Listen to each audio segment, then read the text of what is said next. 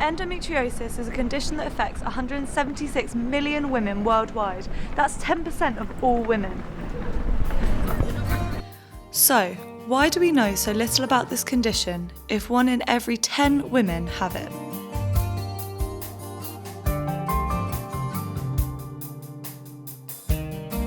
We travelled back home to Brighton to speak to my friend who has had the condition for many years.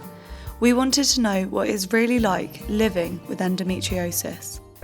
My friend Abby has been suffering from endometriosis since she was 13, but she wasn't officially diagnosed until she was 17. I'm here today in Brighton at her home to speak to her and her boyfriend about her story. How are you? I'm good, it's so nice to see you. Oh yeah, nice to meet you. Nice to meet you. At just 13, Abby had an operation to remove her left ovary. The scar tissue left from this is believed to have caused the endometriosis. After 4 years of suffering, she was officially diagnosed through keyhole surgery. I was literally in pain. I'd be, disgusting as it sounds, sitting on the toilet bath, throwing up in the bath, where I'm having period pains, where I'm crying.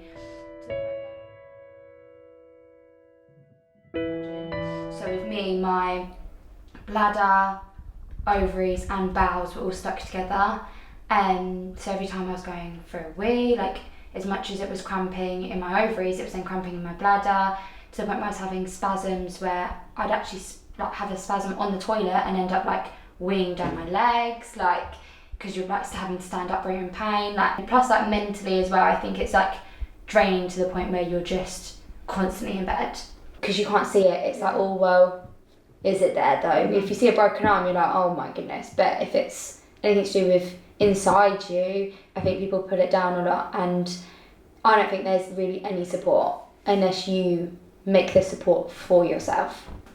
What changes would you like to see in terms of support for women with endometriosis?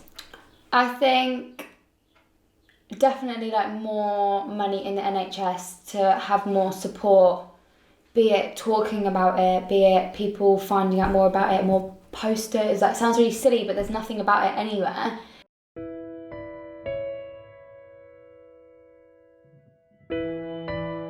We wanted to find out more, so we travelled to Harbour Hospital in Poole to speak to Tyrone Carpenter, consultant gynaecologist and lead clinician of the Dorset Endometriosis Centre.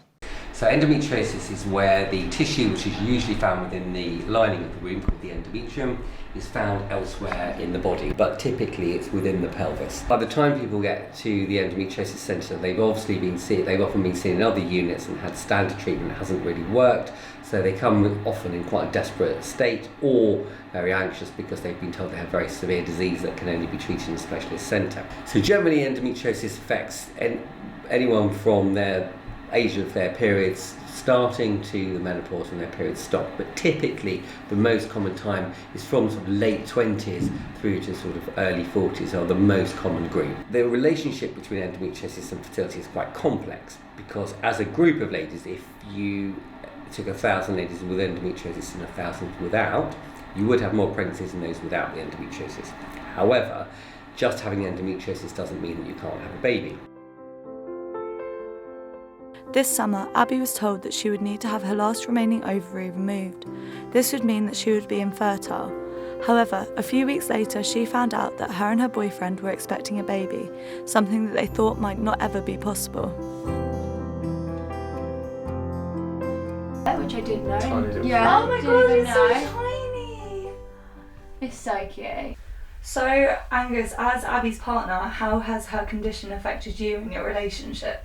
I think it's affected us in a lot of ways. Me individually and us in our relationship. I think for me it's been particularly hard to kind of like not focus on the fact that she's always in pain and try and keep her spirits up, but also to try and sort of deal with her pain, deal with her when she has like mood swings and is not feeling herself.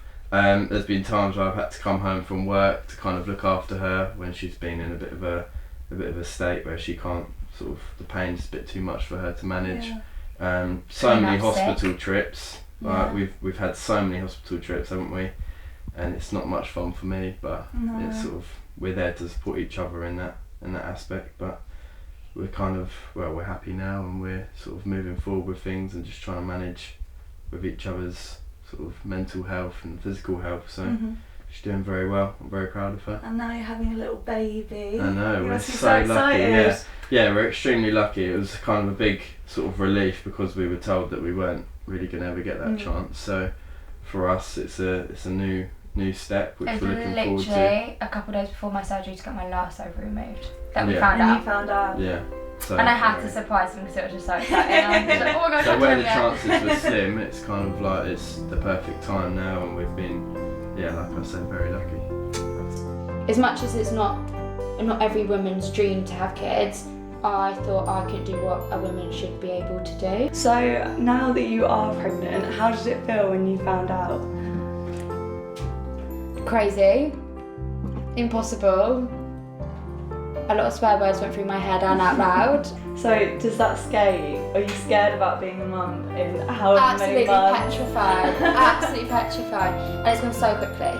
So quickly, like we're already in like 4 months. Yeah. And it is the most scariest, exciting, awful, by feeling so ill, feeling ever. Yeah. But I'm excited but scared. So scared. But I'm excited to see like a little mini me or Angus that running around.